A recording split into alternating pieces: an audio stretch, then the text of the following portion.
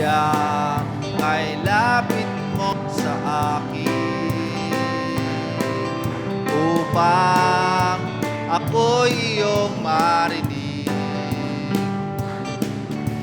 Lahat ng pagsamo ko sa'yo, Diyos, ito'y nakarating.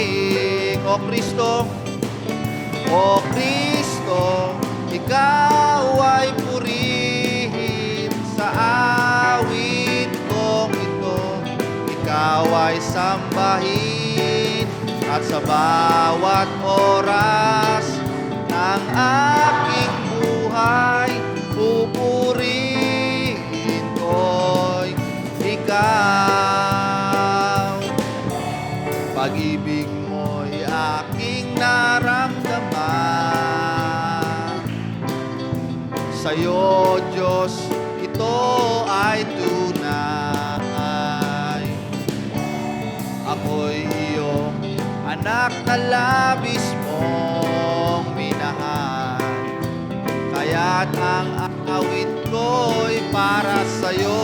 O Kristo, O Kristo, ikaw ay purihin sa awit kong ito. Ikaw ay sambahin at sa bawat oras ng aking buhay pupurihin ko'y ikaw.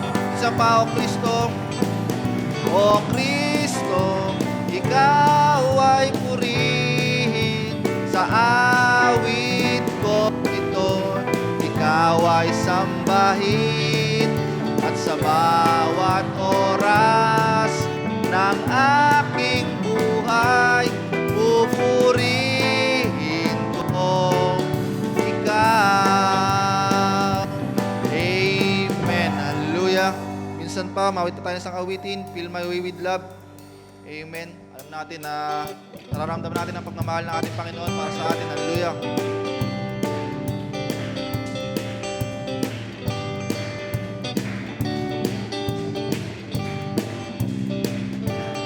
Let me walk, blessed Lord, in the way thou hast gone, leading straight to the land above, giving cheer everywhere to the sad and alone. Fill my way every day with love. Fill my way, fill my way every day with love. As I walk with the heavenly dove, let me go all the while with a song and a smile. Fill my way every day with love. Keep me close, keep me close to the side of my Savior and God. Let me never in darkness roam. Keep my path free from wrath and my soul satisfied. Oh, fill my way every day with love. Fill my way, oh, fill my way every day with love. As I walk with the heavenly dove, let me go all the while with a song and a smile. Fill my way every day with love. Last verse. Soon the race will be over and I travel no more, but abide in my hope above. Let me sing, blessed King, all the way to the shore. Fill my way every day with love. Fill my way, oh, fill my way every day with love. As I walk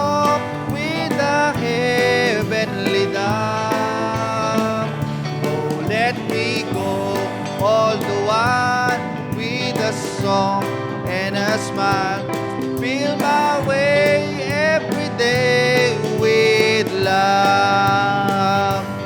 Amen. Hallelujah. Amen. Napakasarap magpuri ngayong gabi sa ating Panginoon. Hallelujah. Umawit pa tayo ng isang awitin bago tayo po mga kapatid. You are my all in all. Amen. Hallelujah.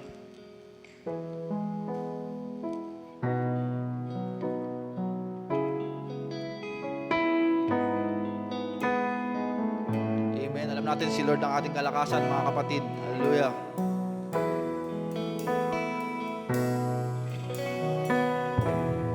You are my strength when I am weak. You are the treasure that I seek. You are my only in all. You are my strength. Minsan pa. You are my strength when I am weak. You are the treasure that I seek. You are my only in all. Seeking you as a precious dwell, Lord, to give up, I be a fool. You are my only in all. Jesus, Lamb of God. Jesus, Lamb of God, worthy is your name.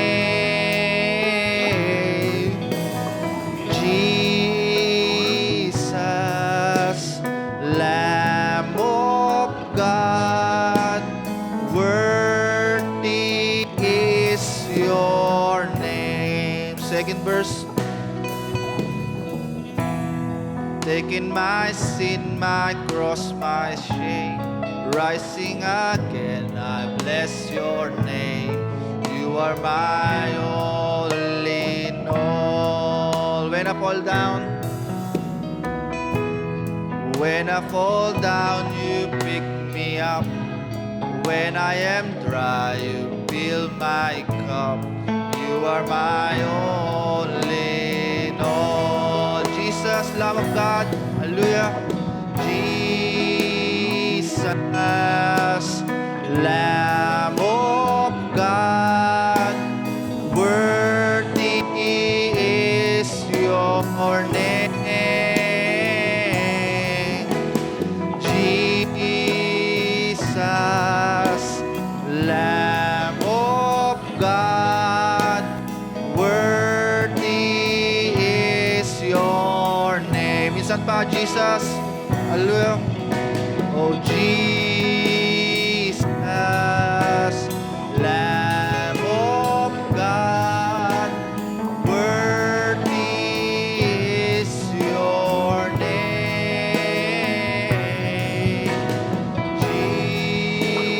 Jesus, Lamb of God, worthy is your name. Worthy is your name. Worthy is your name. Minsan pa, worthy is your name. Hear Him calling out your name. He is here. You can touch Him. You will never be the same. Minsan pa, here is here. Hallelujah. He is here. Amen. He is here. Holy, holy. I will bless His holy name. He is here. Listen closely. Hear Him calling out your name. He is here.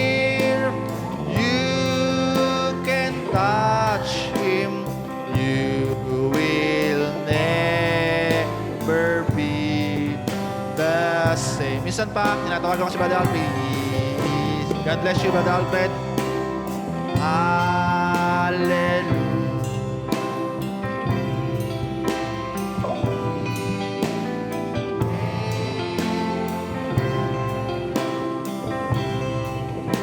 You see, I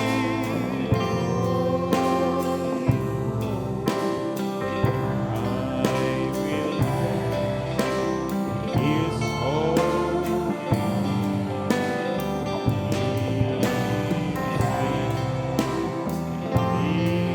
listen closely, hear Him calling out you.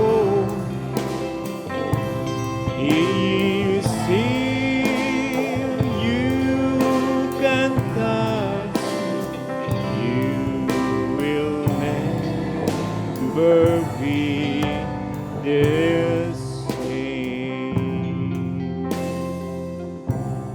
Amen. Tayong lahat ay yumuko at manalangin.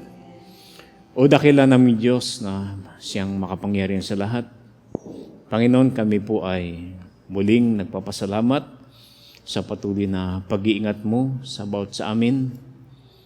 Sa maghapon, Panginoon, salamat sa panibagong pagkakataon na ipinagkaloob mo sa bawat sa amin na kami ay makadako sa dakong ito, O Lord, upang manalangin, humiling, Panginoon, sabihin ang aming mga pangailangan, ang mga kahilingan, O Diyos, aming idadala, O Lord, sa panalangin at ito nawa, O Diyos, ay maging mabangong samyo sa iyong harapan sa gabing ito. Lord, bago kami dumako sa mga kahilingan ng panalangin, ay hayaan mo na pagbulay-bulayan namin ang mensahe sa kapanahunan at ang iyong salita, Panginoon. Dalang po namin na ito, O Diyos, ay iyong pangunahan. Gamitin mo ang iyong abang lingkod minsan pa, Panginoon, na maging pagpapala sa aking mga kapatid at ganoon din, Lord, sa mga nasa kanilang mga bahay, Panginoon, sa live streaming, sa mandako, Lord, ng kapuluan, Panginoon. Ikaw ang siyang patuloy na gumabay at magpala sa bawat sa. Panginoon, sa namin ipinagkakatiwala ang lahat ng mga bagay sa mga pangyarihang pangalan. Jesus na aming tagapagligtas. Amen and amen. Praise God. At habang tayo po ay nakatayo, buksan po natin ang ating mga kasulatan dito sa aklat ng mga awit. Praise God. Psalm chapter 89. Magsimula tayo dito sa verse 50 hanggang 52. Psalm chapter 89, verse 50 hanggang 52. Ganito po ang pagkakasabi. Sabi niya sa wikang Tagalog, alalahanin mo, Panginoon, ang kadustaan ng iyong mga lingkod. Kung paanong taglay ko sa aking sinapupunan ang pagdusta ng lahat ng makapangyarihang bayan. Na idinusta ng iyong mga kaaway, O Panginoon, na kanilang idinusta sa mga bakas ng iyong pinahiran ng langis. Purihin ang Panginoon, magpakailanman, siya nawa at siya nawa. Amen. Dakilang Diyos, kami ay minsan pa na lumalapit sa luklukan, Lord, ng iyong awa, Panginoon, na gabayan ang bawat sa amin sa gabing ito. Siya namin pinagkakatiwala ang gawain na ito sa makapangyarihang pangalan ni Jesus na aming tagapagligtas. Amen and amen. Tayo po ay makapo, mga kapatid. At isang magandang gabi sa bawat isa. At yung plano ng tao ay nababago. Subalit yung kaparaanan ng Diyos at yung kanyang pagtatalaga ay hindi nababago. Subalit kapag ito ay idinala mo doon sa panalangin, nababago yung kaisipan ng Diyos at saka yung plano ng Diyos, mga kapatid. Amen. Salamat sa Panginoon at ganoon din sa ating buting pastor sa pagkakataon na pinagkakaloob niya. Hindi ako dapat ang preacher ngayon subalit may mga pagkakataon na hindi inaasahan. At nagagalak ako kanina kasi pag ganitong araw ng Miyerkules, at ubili na ako kasi lagi akong tinitignan yung message ni Pastor Danny. Lagi akong inaabangan yung kung anong mangyayari. Kasi walang message. Saka ka na magkakaroon ng signal kapag ikaw ay umakyat doon sa bundok. Yung saka ka na magkakaroon ng access para makapagbigay ng message pag ando ko sa lugar ng Laor. So dumating kanina, medyo hapon na.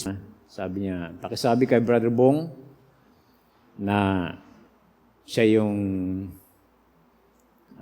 mag-exhort mamayang gabi, magpipreach. Sabi ko, salamat sa Panginoon. Naligtas ako. Siyempre, hindi pa naman natatapos agad yung usapan doon sa Board of Elders. Pinasa ako kay Brother Benji. Brad, pakisabi kay Brother Bong, siya raw yung makonomya. Nag-reply agad si Brother Bong, nakiusap. Na ito na yung kinalabasan mga kapatid. Kasi medyo inuubo pa siya. Dala ng karamdaman nung nakaraan ay idulog natin sa Panginoon na pauwiin ng lubusan ang lahat ng mga bagay na ito. Amen. Salamat sa Panginoon at walang bagong bagay sa ilalim ng araw. Lahat ay natapos na. Praise God. At isang magandang gabi rin sa ating mga kapatid sa live streaming sa lugar ng maging doon sa US, may mga nanonood dyan. Doon kila Brother Ninoy, pagdating ng Miyerkules ng gabi, sila ay nanonood, mga kapatid, sa lugar ng Guam. Praise God. At sila ay patuloy na ingatan ng Panginoon. Ganun sa lugar ng Pusurubyo, yung mga nanonood dyan, pagpalain ko ng Panginoon sa gabing ito. Praise God. Sabi ko nga dapat pag aalis si Pastor Danny, magbibili na siya agad. Halimbawa, si Pastor Boyet, ikaw sa Miyerkules, ibig sabihin, nakaprepare yung 3 days na siyempre, lagi mong iniisipin, ikaw mag-preach sa Miyerkules, may mga bagay ka na gagawin. So, hindi yun nangyayari. Praise God, hindi naman kami, mga kapatid, bihasa pagdating sa pangaral, umaasa lang kami doon sa awa ng Diyos kung ano yung ipagkaloob niya. Doon lang kami. Hindi katulad nung iba na maski anytime o ano pa mga araw, basta binigyan mo, kasi andun na agad yung papangaral nila. Pero sa atin mga kapatid, hindi. Kung ano lang yung leading ng banal na espiritu, yun yung sasabihin mo. Kasi tayo ay hinyalin tulad dun sa isang instrument o tulad sa isang microphone na kapag hindi gagamitin nung gagamit, ay wala siyang silbi mga kapatid. Walang tinig na lalabas sa kanya, walang salita na lalabas sa kanya doon sa microphone na yun, maliban na magsalita yung gagamit doon sa kanya. So ganyan po tayo sa harapan ng Panginoon. Wala tayong alam sabihin, kundi salamat sa Panginoon. So sa gabing ito, sabi nga ng ating may bahay, tama lang yung pag nag-preach ka, mamaya, hapon ka na sasabihan ng pastor para maiksi lang. Kasi pag linggo ko pa lang sasabihan, sigurado mahaba yung pangangaral mo. Totoo yung mga kapatid. Siyempre, magbabasa ka Alam na ating mga kapatid yan, maghahanda ka. Ibig sabihin yung puso mo, kaisipan mo, punong-puno na ng presensya ng Panginoon. Kaya pag tumayo ka, pasensyahan tayo. Talagang magtitiis kayo ng konti mga kapatid. So sa gabing ito yung pinagkaloob ng Panginoon na ating pagsasalusaluhan. Basahin ko uli ang ating binasa sa gabing ito. doon sa message ng propeta na pinamagatang reproach for the word. Sabi niya rito sa aklat ng mga awit, chapter 89, 2 beses niya binasa itong mga kapatid. Inulit niya. Nung nabasa niya na, inulit-ulit niya ulit na binasa niya ng dahan-dahan. Sabi niya, alalahanin mo, Panginoon, ang kadustaan ng iyong mga lingkod kung paanong taglay ko sa aking sinapupunan ang pagdusta ng lahat ng makapangyarihang bayan. Na idinusta ng iyong mga kaaway, O Panginoon, na kanilang idinusta sa mga bakas ng iyong pinahiran ng langis. Purihin ang Panginoon, magpakailanman. Siya nawa at siya nawa. So, yung salitang idinusta, parang malalim na Tagalog to yung idinusta o inapi, o niwalang bahala. Ano pa bang salita na pwede nating itapat doon sa salitang idinusta? Sa English, mga kapatid, reproach. Reproach, yan yung sa English yung idinusta. Reproach means to accuse of a fault. Paratangan, yan, pagbintangan, dustain, hamakin, yan na ibig sabihin ng reproach. To blame, ibig sabihin ng reproach means to blame, sisihin. Katulad doon sa time na lumabas ang bayan ng Diyos doon sa Israel, mga kapatid. Ang buhay nila doon ay mahirap sa Egypt. Sila ay mga alipin, mga kapatid. Pinapahirapan. Subalit mas mahirap yung dinaanan nila nung sila ay lumabas, mga kapatid. Hindi nila nakakain yung mga gusto nilang kainin, yung mga sibuyas, yung mga bawang. Sabi nila, mas mainam pa rin sa Ehipto. Nakakain kami ng mga maanghang na mga pagkain. Hindi katulad dito sa ilang. Panay mana na lang ang aming kinakain. Sabi na kay Moses, dinala mo ba kami rito, Moses, para kami ay patayin? Ibig sabihin, sinisisi siya, mga kapatid. Reproach. Ipinapahiya siya doon sa buong kapulungan, mga kapatid. Dahil sa ginagawa ni Moses, yung iniuutos sa kanya ng Panginoon, at dahil tinatayuan niya ang salita ng Panginoon. Sabi ng Panginoon, Moses, dali mo sila doon sa lupang pangako na ipinangako ko sa kanila, sa kanilang ama na si Abraham, mga kapatid. So, bilang propeta that time, wala ka naman gagawin o ano pa mong bagay na gagawin, kundi sundin mo yung sinabi ng Diyos para sa iyo. Subalit yung bagay ng mga kapatid ay nagiging kahihiyan sa mga tao o doon sa tao ng Diyos kung paano mo lalakaran ang salita ng Panginoon. Kaya nga sabi niya rito, reproach means to accuse of a fault, paratangan. Katulad si Job, mga kapatid. Si Job, sabi ng kasultan, siya ay lumakad ng sakdal sa harapan ng Panginoon. Pero anong sabi ng mga tao sa kanya nung dumating sa kanya yung trials? Sabi niya, merong kanyan, merong sikretong kasalanan. Ano yun? Paratang. Reproach, ikinakahiya nila si Job dahil iniisip ng mga tao doon sa panahon na yun, nung dumating sa kanya yung trials, mga kapatid, meron siyang ginagawang lihim na kasalanan. Ano yun? Paratang, reproach. Isang kahiyahiyang bagay na paratangan mo ang isang tao ng Diyos na gumagawa ng masama, maski hindi naman. Kaya nga, reproach for the word To blame, sisihin, sabi, a source of shame or disgrace. Yan yung ibig sabihin ng reproach, mga kapatid. Parang ganito sa atin. Di ba, may mga kaibigan tayo, may mga kapitbahay tayo, siyempre, natural yan. Itong mga taong ito, walang sasabihin sa iyo, itong mga taong ito, wala silang kasawa-sawa. Pagdating ng Miyerkules, dadako sa sambahan, dadako sa fellowship pagdating ng linggo, ganun naman, babalikan sila. Pero wala namang pagbabago sa buhay nila. Yun yung nakikita nila eh. Yun yung iniisip nila. And then kapag dumating yung time, siyempre, kilala tayo yung mga Kristiyano, mga born again. Ang alam ng mga iba, mga born again yung mga yan. Tapos pag dumating yung time na hindi naman tayo lahat hindi nagagalit. Ako, nagagalit din ako mga kapatid eh. Dumarating doon ako sa punto na nagagalit, pero sabi ng kasultan, mga galit kayo, subalit huwag kayong magkasala. Inuutusan tayo ng Panginoon na magalit. Ang Panginoon nga, nagalit di ba? Subalit huwag kayong magkasala. Dumarating tayo doon sa punto na tayo ay nagagalit. Anong iisipin ng mga tao, mga kapatid? Oh, iyan ba yung mga born again daw? Linggo-linggo nagsisimba? Tapos nagagalit naman? Ano masama rin mga kapatid?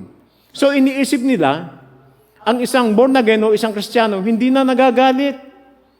Kung ano yung sabihin sa'yo, tatanggapin mo na ang lahat ng mga bagay. O, akala ko ba yung mga Kristiyano kayo?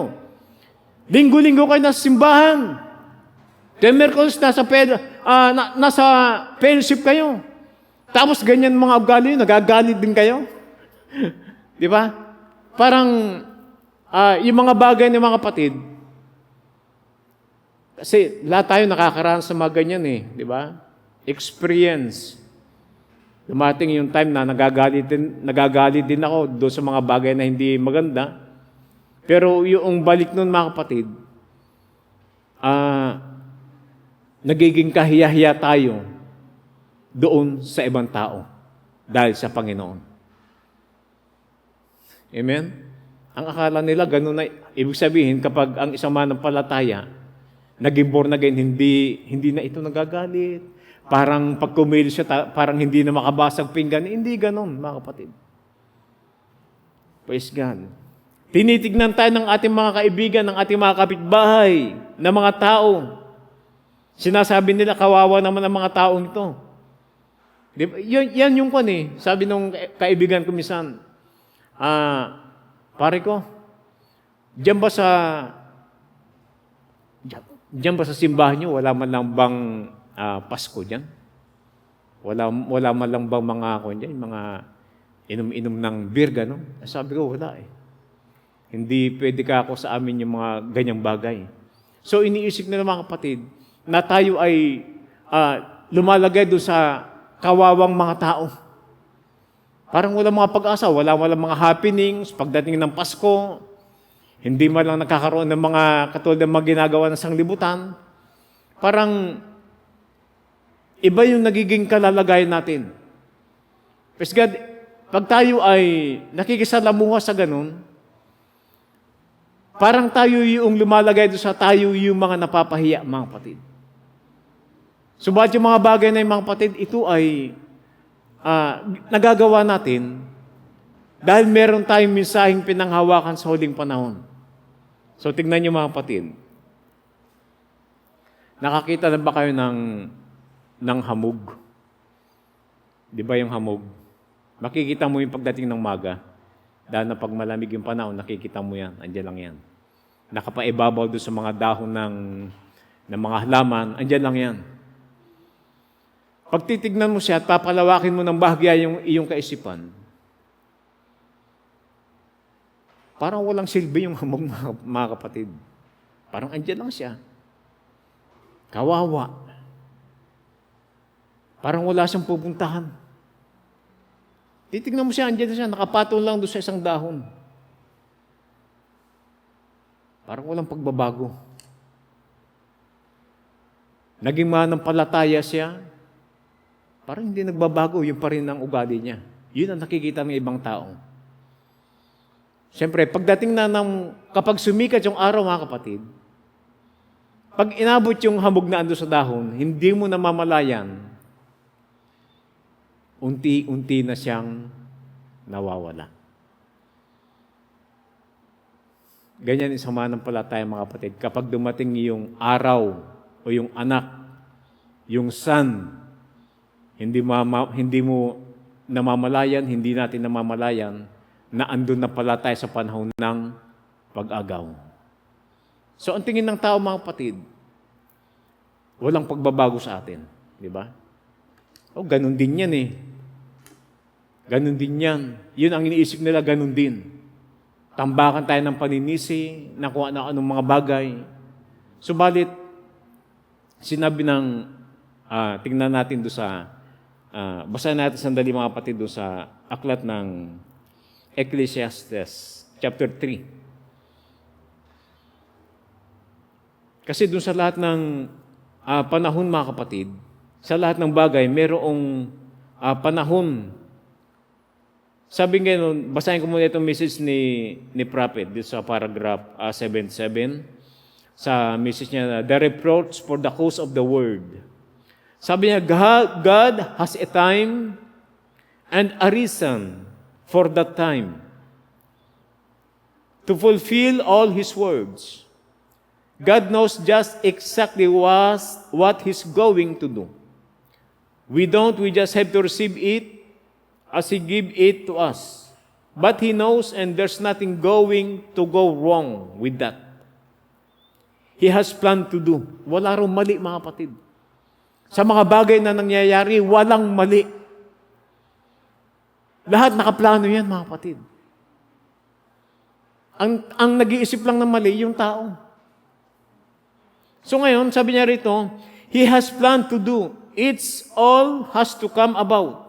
There has to be sometimes rugged and hard things to only bring out the real, true nature of the object. Dumarating minsan mga kapatid yung kuminsan napakahirap, baku-baku, parang hindi mo mapaliwanag kung ano yung kalalagayan na natin sa buhay, kung ano na nga ba yung dinatnan natin bilang kasama ng palataya, mga kapatid. Sabi ng prophet, inilagay dyan ng Diyos sapagkat meron siyang purpose sa lahat ng mga bagay. Sabi niya, there has to be sometimes rugged and hard things to only bring out the real, true nature of the object. Sabi niya, rain is born in a jug, rag, lightning, strode, thundering sky. And if we did not have rain, we wouldn't live. But you see what it takes to bring rain? So bago dumating yung ulan, mga kapatid, nakakita na ba kayo ng umulan na lang bigla na walang ulap? Wala, di ba? 100% kadalasan, bago mabuo yung ulan, nagkakaroon muna ng pag-iipon ng mga ulap, nangingitim yung mga ulap, nagdidilim ang kapaligiran, at kapag malapit ng umulan, nagkakaroon ng kidlat, nagkakaroon ng kulog, nakakatakot, mga kapatid. Parang hindi mo may paliwanag bakit ganon. Dumarating tayo sa time na madilim ng ating buhay, parang wala ng pag-asa. Parang wala ng araw na sisikat, mga kapatid. Paano nabubuo yung ulan? Di ba? Sabi ko sa inyo, nagkakaroon ng pag-iipon-ipon ng mga ulap, nangingitim ang kalawakan. Nagbabadya ito ng kamatayan, mga kapatid. Subalit kapag dumating na yung kulog, nagkaroon na ng kidlat, mga kapatid, nakakatakot na. Ano kasunod nun? Uulan na yun, mga kapatid. Saan tumitipo yung ulan? Blessing yan eh. Di ba? Sabi niya, but you see what it takes to bring rain, thunder, lightning, nagkakaroon ng kulog, nagkakaroon ng kidlat, mga kapatid. Pero nauna yung kidlat, bago yung kulog. Kasi kung minsan nakikita natin, pag kumislap yung kidlat dyan, sa malayo, matagal pa bago dumating yung kulog. Diba? Ibig sabihin, nauna yung kidlat bago kulog. Parang kunyan eh. Ano bang nauna? Yung manok o yung itlog? Siyempre, nauna yung manok. 100% yun. Diba? Kasi ang plano ng Diyos, paramihin ang lahat ng mga may binhi.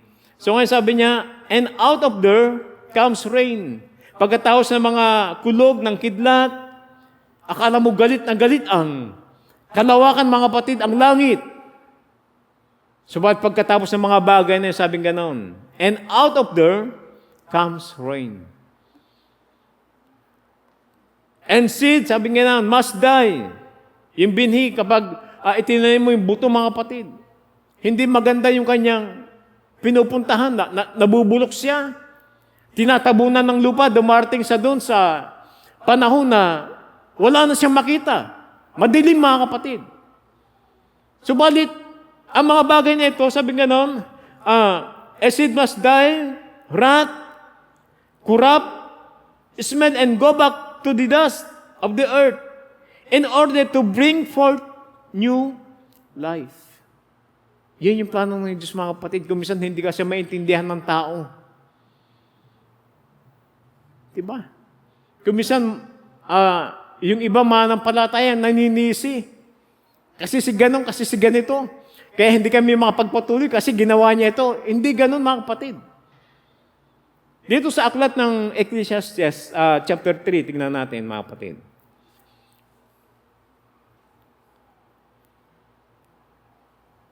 Ecclesiastes.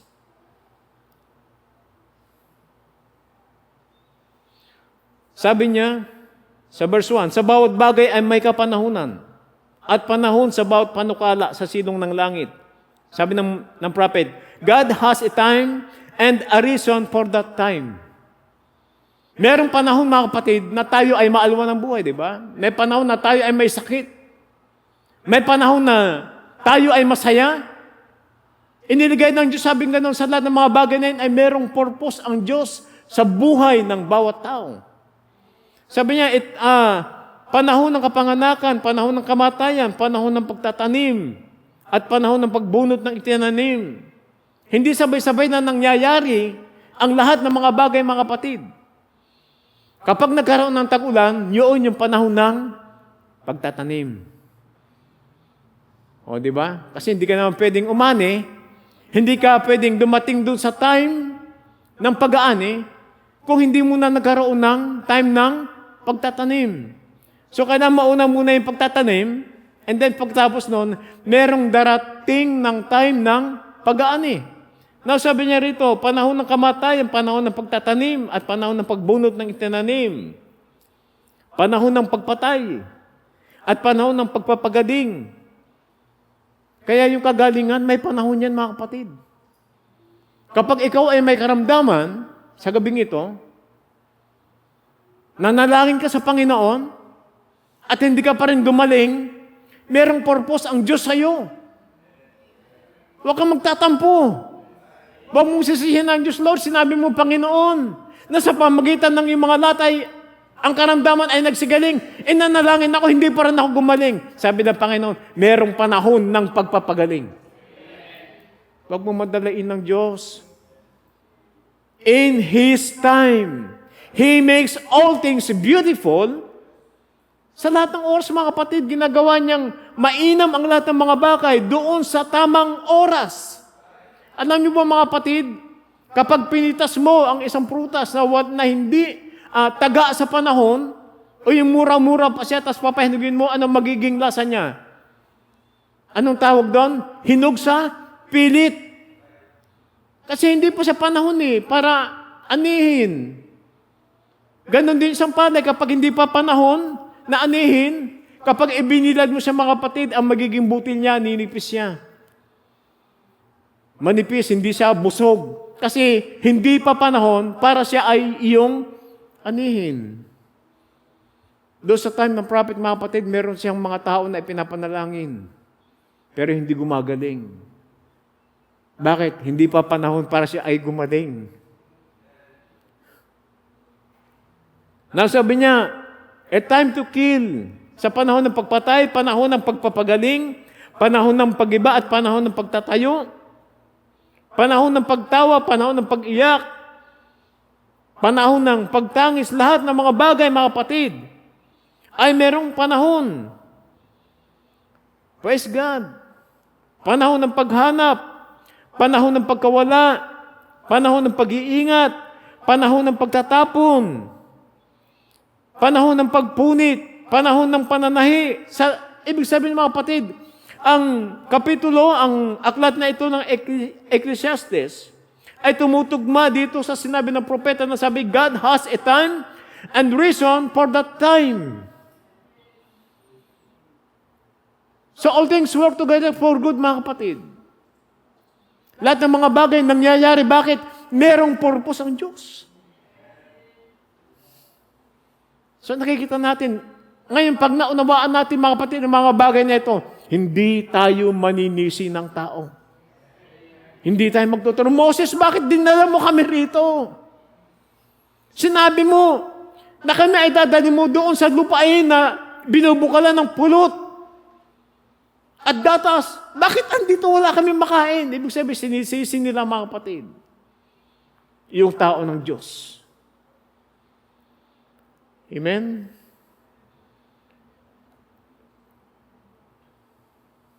Sa paragraph 80, ng message na reproach for the cause of the word. Sabi niya, it takes the pounding of gold, turned over and over, back and forth, and pounded until all the dross is taken out of it. Not because it shines, cause iron pyrite, yung pyrite, parang kung yun eh. Pag pinupukpok mo yung gold, mga kapatid, pag pinupuro mo siya, may mga tumatalsik yan. Hindi ginto yun. Yun yung tatawag na pyrite, cause iron pyrite. What is known as false gold? Ang tawag nila ron, false golds. Shine like real gold. But you put the two together, you set them out to one side, you can hardly tell them apart. But put them together, you can tell it. And the beater always has to be till he sees his own image reflecting in the gold. And God set a time and has a purpose for everything that He does. Naunawaan na natin mga kapatid. Kasi yung prophet, ito yung mouthpiece ng God. Ang Panginoon daw, ang Diyos daw ay nagtalaga ng oras sa bawat isa sa atin. Hindi mo pwedeng hindi gawin ang isang bagay kapag hindi ito ipinahintulot ng Panginoon. Kung maalala nyo si Samson, mga kapatid. Di ba, bilang isang Nazarite, ipinagbabawal o mahigpit na ipinagbabawal sa kanila that time na sila ay mag-asawa ng mga taga-Persyo o uncircumcised, ibig sabihin, unbeliever sa panahon nila, mga kapatid. Kailangan, kapag si Samson ay nagkaroon ng asawa, hindi malayo na ito ay kamag-anak din nila o believer sa madalit sabi. So, ba't anong nangyari? Sino napangasawa niya, mga kapatid? Unbeliever yung napangasawa niya. Praise God. Ano sabi ng mga magulang niya? Samson, bakit mo ginawa ito? May bagong bagay ba sa ilalim ng araw? Wala, mga kapatid. Hindi si Samson ang gumawa nun. Ipinagawa sa kanya ng Diyos ang bagay na yon sapagkat merong plano ang Diyos that time na ililigtas niya ang kanyang sariling bayan doon sa pagkaalipin. Plano ng Diyos. Subalit kung titignan mo, mga kapatid, ito ay hindi ayon sa salita ng Panginoon. Kasi nag-asawa siya unbeliever eh. Siya ay isang Nazarite, tapos unbeliever yung napangasawa niya. Tama ba ito? Mali sa ating paningin, mali. Pero ipinahintulot ng Diyos. Bakit? May purpose eh. And God set a time and has a purpose for everything that He does. There is nothing happen just accidentally. Walang aksidente sa mundong ito, mga kapatid. Napangasawa niya kasi pinikot siya. Hindi totoo yung kan maniniwala sa pikot-pikot. Ipinahintulot siya ng Diyos. Kung sino yung napangasawa mo, siya na talaga yun. Hindi aksidenteng napangasawa mo siya. Kaya yung misis ko, talaga naman.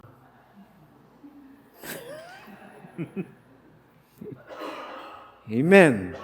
Siya na talaga itinadhana ng Panginoon at ako rin yung itinadhana ng Diyos para sa Kanya. Ganon din sa bawat sa atin. Yung mga magulang natin, itinadhana rin ng Diyos yan para sa atin, mga kapatid. Ang Diyos ang namili, hindi tayo namili.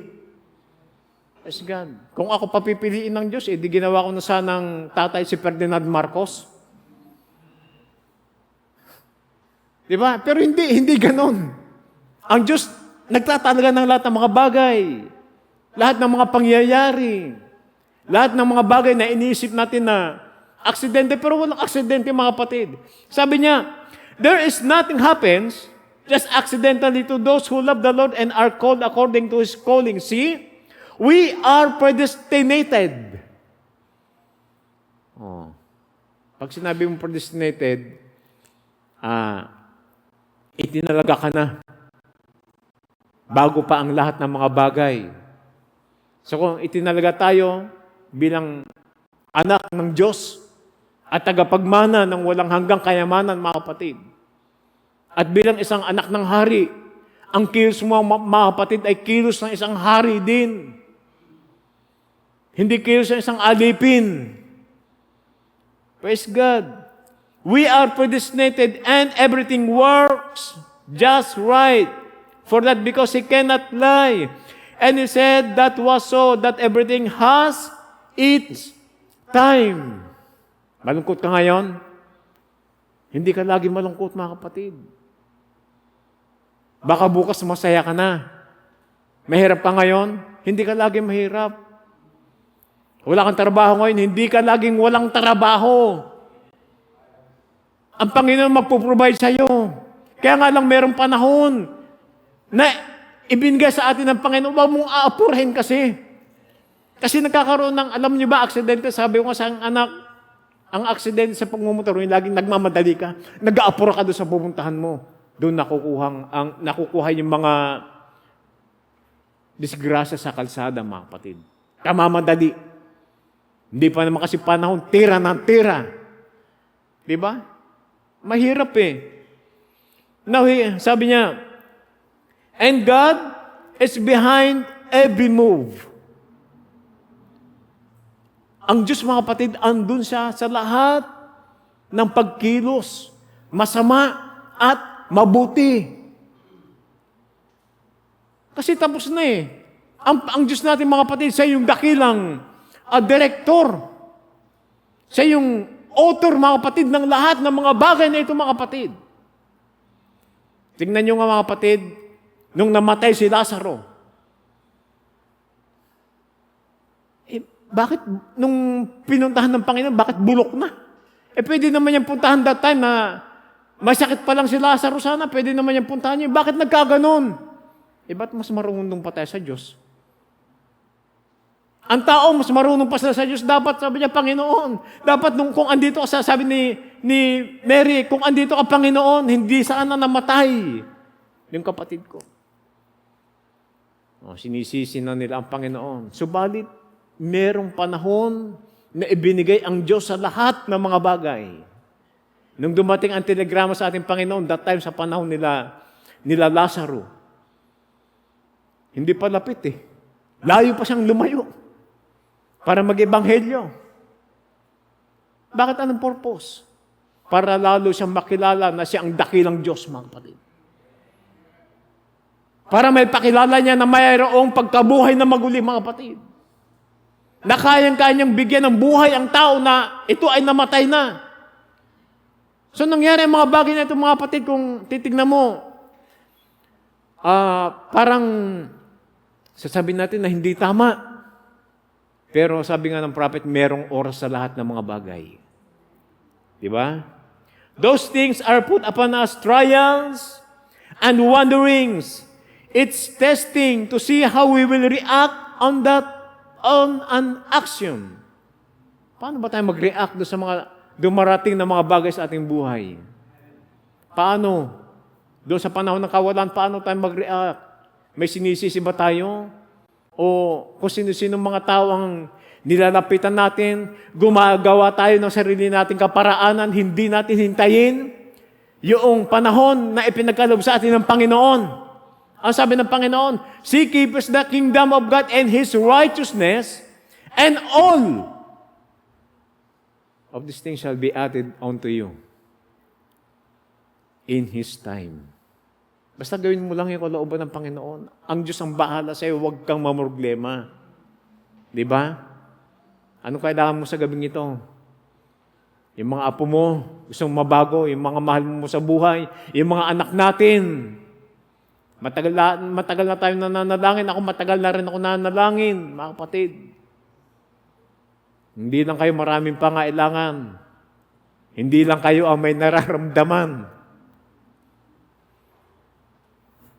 Mga katawan namin, nirwaan mo, lagi na masakit yan. Lagi na masakit yung mga kasukasuan. Amen. Those things are put upon us trials and wondering, testing to see how we will react on an action. Praise the Lord.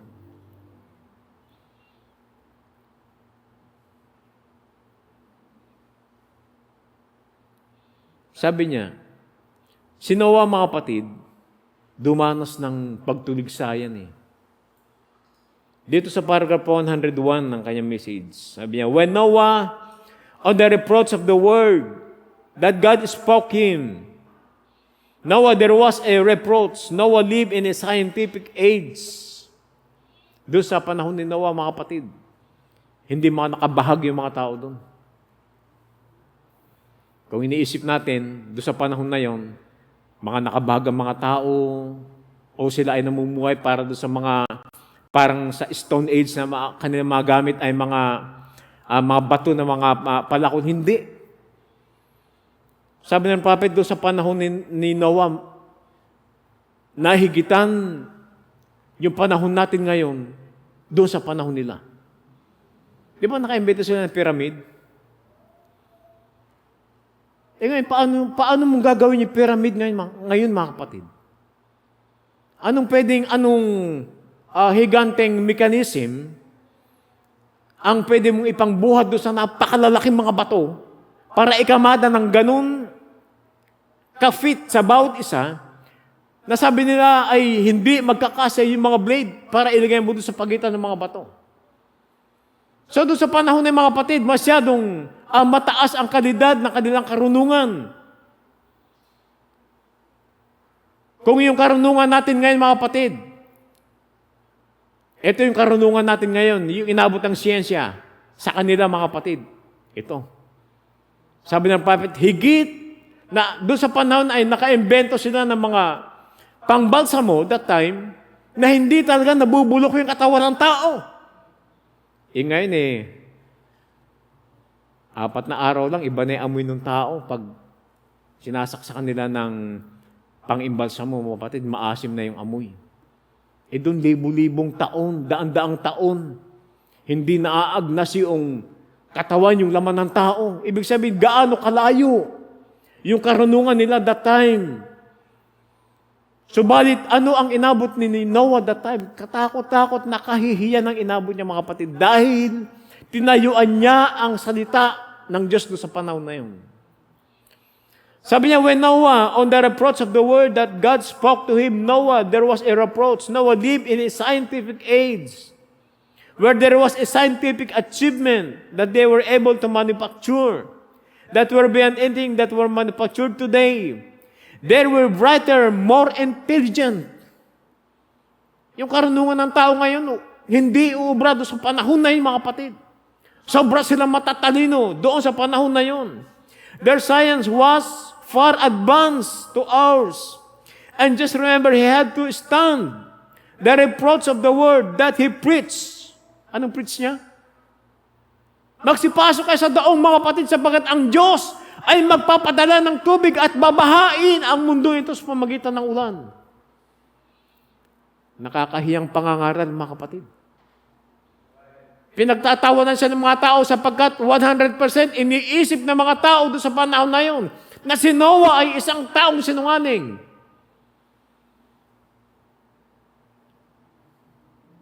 Sabi nga, and just remember, he had to stand the reproach of the word that he preached. 120 years in the face of scoffers. Their great scientific quest proved to them that there was no rain in the sky. Wala talagang ulan, mga kapatid. Subalit, yun ang sinabi ng Panginoon sa kanya. Walang ulan. Yun ang pinipres niya, walang ulan. Subalit, sabi ng mga tao, walang ulan. Subalit, sabi ni Noah, uulan, sinabi ng Panginoon. Kaya anong inabot niya, pinagtatawanan siya. Iniisip na ng mga tao doon sa panahon ng mga kapatid na nawawala na sa sarili niyang katinuan. Kasi kompleto sila, matatalino sila eh. Pinatagos nila kay mga telescope doon sa panahon na yun hanggang buwan. Nakakarating yung kanilang mga radar para tingnan lamang kung gaano kalaking patak ng ulan ang darating. Subalit wala silang natagpuan, mga kapatid. So kung nagawa nila yung mga ganung bagay, ano ang aabutin ng tao ng Diyos? Isang malaking kahihiyan, mga kapatid. Pinatunayan nila doon sa panahon na yun na si Noah ay isang totoong sinungaling na tao. Nakakahiya siya. Pinagtatawanan siya. Dahil tinayaon niya ang salita ng Diyos doon sa panahon na yun. Subalit tiniis niya ang lahat ng mga bagay. Amen? Amen? Now, sabi niya, oh, there's no doubt. They must have left sorry for the poor old preacher. They didn't have him put away or anything because maybe there wasn't many houses of that type in that day.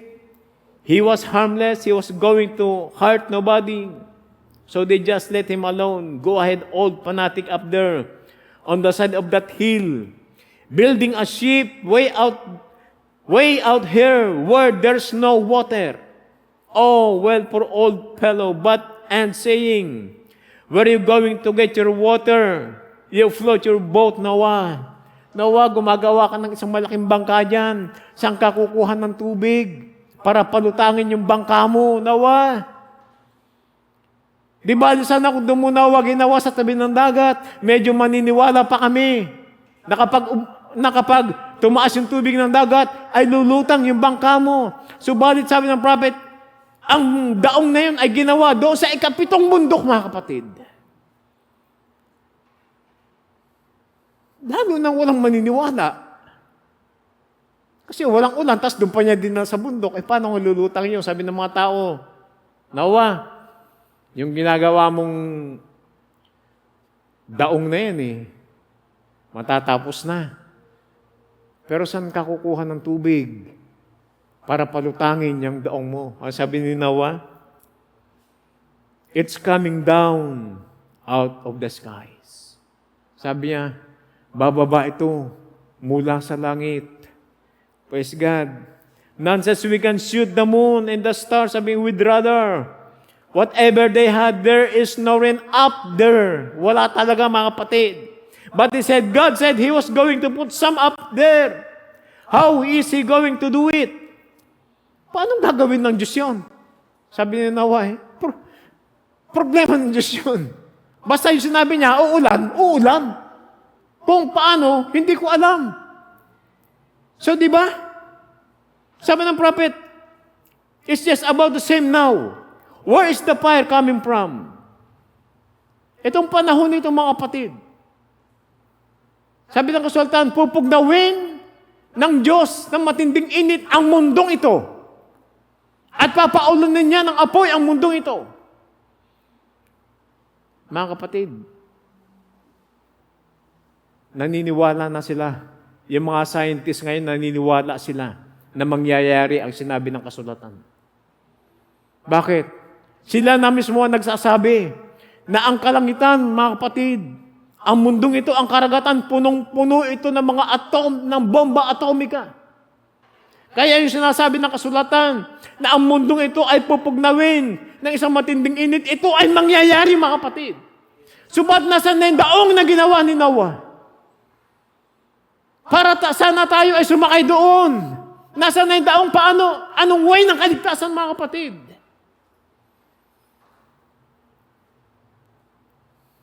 Naniwala yung mga scientists, naniwala yung mga tao that time. Itong panahon na ito, mga kapatid.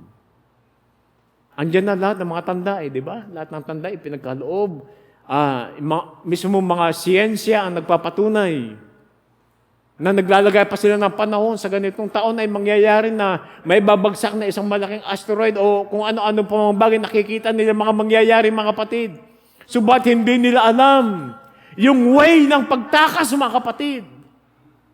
Na ang Panginoon ay nag-provide pa rin ng kaligtasan sa bawat isa. Wala na yung daong, mga kapatid. Subat ang Diyos, God will make a way to escape. Amen? Manindigan tayo, si Mose, si Noah, mga kapatid, tumayo. Maski anong kahiyan ang sinasabi sa kanya ng mga tao, siya ay nanatili doon sa salita ng Diyos, sa pangako ng Diyos. Sabi ng Panginoon, sa pamagitan ng aking mga latay, kayo ay nagsigaling. Bakit hanggang ngayon may sakit ka pa? Bakit hanggang ngayon sumasakit pa rin yung mga kasukasuan mo? Akala ko ba ang Diyos yung dakilang manggagamot? Dumarating sa ating mga kapatid yung pagtulig sa mga kapatid. Subat hayaan natin sila. Naniwala tayo doon sa pangako ng Diyos sapagkat ang salita ng Panginoon ay hindi magbabago. Sinabi niya, lilipas ang langit at ang lupa, dadapot ang aking salita ay mananatili magpakailanman. Sabi ng Panginoon, Jesus Christ is the same yesterday, today, and forever. Maraming trials pero hindi po net trials ang dating sa ating mga buhay, mga kapatid. Ang buhay parang gulong yan. Kung minsan nasa ibabaw, kung minsan nasa taas, kung minsan Brother Bong, flat. May vulcanizing ship naman eh. Meron naman tayong hiding place. God will make a way. Amen? Basta tindiganan natin. Ano pa mga bagay ang sinasabi sa atin ng ating mga kapitbahay, ng ating mga kaibigan, basta tayo, manatili tayo sa mensahe sa panahong ito, mga kapatid. Amen. All things work together for good. Lahat ng mga bagay nangyayari yan sa ikabubuti ng bawat sa atin. Mahal ba natin ang Panginoon? Amen. Tayong lahat ay tumayo, mga kapatid. Praise God. Magtiis tayo. Amen. Manatili tayo sa mga pangako ng Diyos sapagkat ang Diyos ay mabuti. May kahilingan sa gabing ito ang ating kapatid ng Brother King. Sama natin sa prayer. Meron siyang bato sa bato.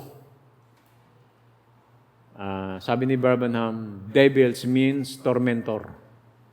Tagapagpahirap yan. Ang diablo nagtatago yan. Pangalan niya cancer. Pangalan niya sakit sa bato. Pangalan niya stroke. Pangalan niya high blood. Pangalan niya anemic. Sari-saring pangalan niya, mga kapatid. Pero tormentor. Devils means tormentor. So kapag pinapahirapan tayo, diablo yan. So meron bang makakatayo sa pangalan ng ating Panginoon? Sabi sa awitin, there is power in the name of Jesus. Kaya niyang kalasin ang lahat ng kadena, mga kapatid. Kadena ng karamdaman, kadena ng kahirapan, kadena ng kawalan. Sampalatayan na natin ang Panginoon. Siya yung great provider. Amen. Praise God. Awitin natin ng Jehovah Jireh. Praise God. Hallelujah. Salamat sa Panginoon sa gabing ito.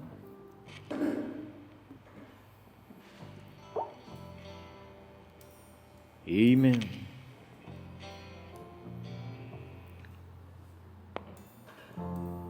Yes, Lord. Hallelujah. Thank you, Lord.